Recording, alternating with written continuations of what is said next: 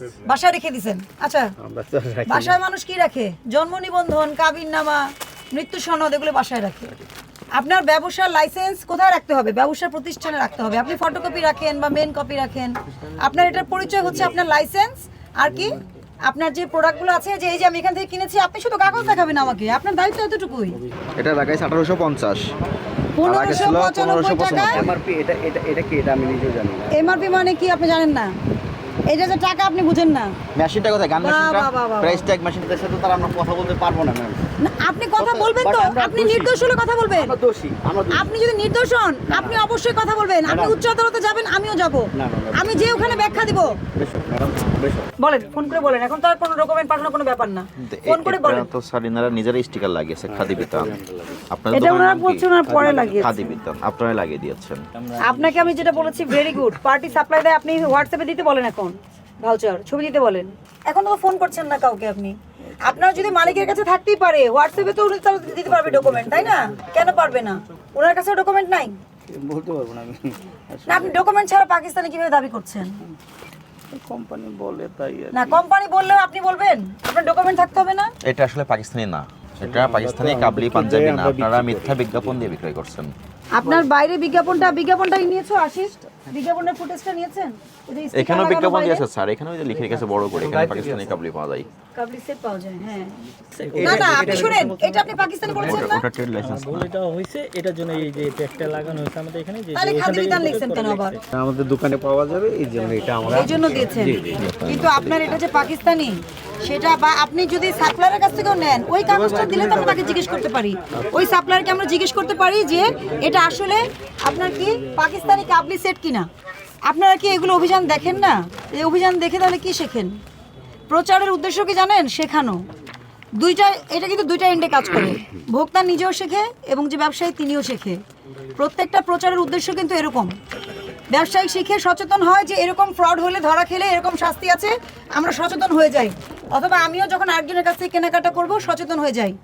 আর ভোক্তারা কেনাকাটার আগে সচেতন হবে, এটা চিন্তা করে। আপনার কাছে কোনো ডকুমেন্ট নাই, হোয়াটসঅ্যাপে ডকুমেন্ট পাঠিয়েছে আপনাকে, এখন ফোনেই পাচ্ছেন না। আপনার এখানে কত পিস আছে এখানে? এগুলো কিচ্ছু নাই আপনাদের কাছে। ওনার কাছে থাকে। আপনারা তো মিথ্যা লাইসেন্স বিজ্ঞাপন কোথায় দিচ্ছেন। আপনাদের? ব্যবসার লাইসেন্স বাসায় রেখে দিছেন। আচ্ছা, আমরা তো রাখি না। বাসায় মানুষ কি রাখে? জন্ম নিবন্ধন, কাবিননামা, মৃত্যু সনদ, এগুলো বাসায় রাখে। আপনার ব্যবসার লাইসেন্স কোথায় রাখতে হবে? ব্যবসার প্রতিষ্ঠানে রাখতে হবে। আপনি ফটোকপি রাখেন বা মেন কপি রাখেন, আপনার এটার পরিচয় হচ্ছে আপনার লাইসেন্স।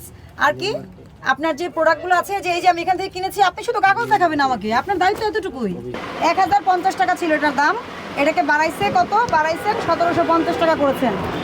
এই অভিযোগটাই আমি খুঁজতেছিলাম। অভিযোগকারী ভোক্তা ফোনে আমাদেরকে জানিয়েছে যে এই ধরনের প্রবলেম আপনারা করছেন। 1050 টাকার উপরে, স্টিকারের উপরে 1750 টাকা কেন দিয়েছেন? আপনি কি নিজের চোখ বিশ্বাস হচ্ছে না? হচ্ছে না মানে আপনি তো করেছেন, আমরা তো করিনি। এটা লাগাইছে 1850, 1595 টাকা এমআরপি। এটা কি? এটা আমি নিজেও জানি না। এমআরপি মানে কি আপনি জানেন না? এটা যে টাকা আপনি বুঝেন না। মেশিনটা কোথায়? গান মেশিনটা, প্রাইস ট্যাগ মেশিন। 1850-এর জায়গায় 2250। হ্যাঁ, এখন যা লাভ করছেন এই কয়দিনে, তা তো আপনি জরিমানা যা হবে তা তো আপনি সেই লাভ স্যার করতেও পারেন এটা না। দেখেন স্যার, 2250, ভিতরে এই যে 1850। 1850, এই যে 2250। এই টাকাটা তুলে দেখিনি স্যার, একটা আছে কিনা। ওদের সাথে তার আমরা কথা বলতে পারবো না ম্যাম। না, আপনি কথা বলবেন তো, আপনি নির্দোষ হলে কথা বলবেন। আমরা দোষী, আপনি যদি নির্দোষ হন, আপনি অবশ্যই কথা বলবেন। আপনি উচ্চ আদালতে যাবেন, আমিও যাব। আমি যে ওখানে ব্যাখ্যা দিব। আপনি এই প্রোডাক্টটা কত করে কিনছেন? দেখা যায় আপনার 1600 টাকা। এই তো এতক্ষণ কি বলছেন? আপনি কিন্তু রং মেসেজ দিচ্ছেন। বাংলা বোঝেন তো? বাংলা বোঝেন তো?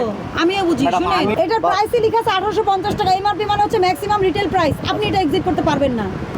ভোক্তা অধিকার সংরক্ষণ আইন 2009 ধারা 40 অনুযায়ী 1 বছরের কারাদণ্ড, 50,000 টাকা অর্থদণ্ড বা উভয় দণ্ড দেওয়া যায়। আপনার কি হবে? মালিককে বলবেন ম্যাডাম বসে এই ব্যবসা ছেড়ে দিতে। যেটার প্রাইস লেখা থাকে না, খোলা চাল, ডাল, পণ্য, ওগুলো বিক্রি করতে পারবে। ওগুলোতে প্রাইস লেখা থাকে না, উনি যা কিনে আনবে, উনি লাভটা সেট করে যৌক্তিক মূল্যে লাভ করলেই হবে। কিন্তু যেটা গায়ে প্রাইস লেখা থাকে ওটা উনি চেঞ্জ করতে পারবে না। ভোক্তা অধিকার সংরক্ষণ আইন ধারা 40 অনুযায়ী আপনাকে 10,000 টাকা সতর্কতামূলক জরিমানা করা হলো। একটা জিনিস লিখছেন আর মুখে আরেকটা বলছেন না। আপনার জন্ম নিবন্ধনের নাম কি বলেন? নাম কি বলেন? মোহাম্মদ মুনির। আর ইয়ে এনআইডিতে আরেকটা নাম, মুখে যেটা বলেন সেটাই তো আপনি দিবেন না। সব 100% গণহারে সব 100% কটন, বুঝছেন? মানে প্রত্যেক ট্যাগে আপনাদের এটা লেখা আছে 100% কটন। এটা মার্কার দিয়ে কাটবেন, এখন তো আর চেঞ্জ করতে পারবেন না, মার্কার দিয়ে কাটবেন, এখনই কাটবেন। পার্মানেন্ট মার্কার, আবার মুছে যায় এরকম মার্কার না।